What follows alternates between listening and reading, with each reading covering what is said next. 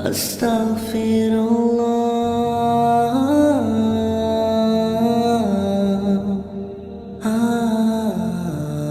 کو دشمنوں نے قتل کیا اور نہر میں پھینک دیا اور اس کی لاش پانی کے اندر کئی دن ڈوبی رہی۔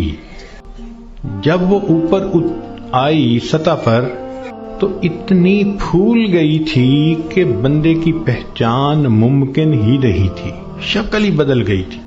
پولیس والوں کو پتہ چلا، انہوں نے آ کے لاش نکالی اور جب دیکھا کہ پہچان ہی نہیں ہوتی تو انہوں نے قریبی بستی والوں کو بلایا اور کہا کہ بھئی اس کو نہلا دو، کفنا دو، مسلمان تو ہے۔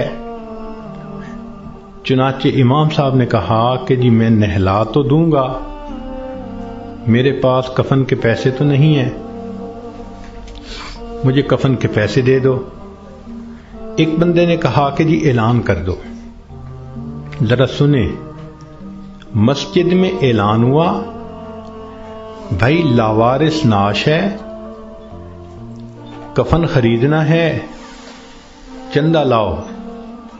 کوئی روپیہ لایا، کوئی 2 لایا، کوئی 5 لایا۔ آدھے گھنٹے تک اعلان ہوتا رہا کہ لاوارث لاش ہے، کفن خریدنا ہے۔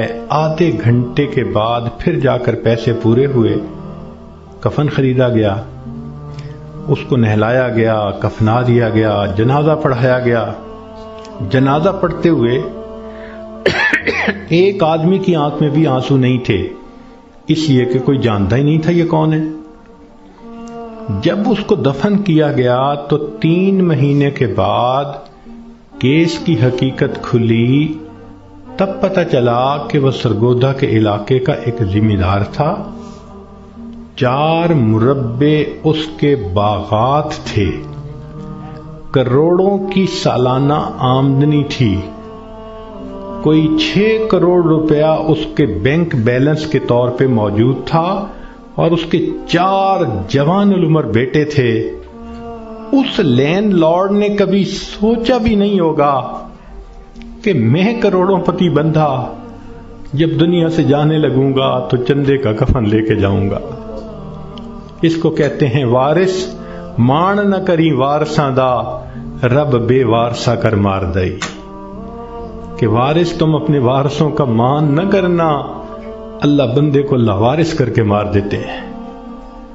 ہمیں کیا پتہ کس حال میں موت آئے گی، آج وقت ہے اس موت کی تیاری کرنے کا۔ اس لیے امام غزالی رحمۃ اللہ علیہ فرماتے ہیں، اے دوست تجھے کیا معلوم کہ بازار میں وہ کپڑا پہنچ چکا ہو جسے تیرا کفن بننا ہے۔ ہم نہیں جانتے کب ہمارا کفن بازار میں آ جائے گا۔ لوگ یعنی شادی اور بیاہ میں مشغول ہوتے ہیں اور ان کو نہیں پتہ ہوتا ان کے کفن کا کپڑا پہنچ چکا ہوتا ہے۔ اس لیے چاہیے کہ ہم موت کی تیاری کریں، نیکی کریں، جھوٹ کی زندگی سے بچیں، سچ کی زندگی کو اختیار کریں، نبی علیہ السلام کی ایک ایک سنت کو اپنائیں تاکہ موت کے لیے ہم بھی تیار رہیں۔ کیا معلوم کب جانا پڑ جائے۔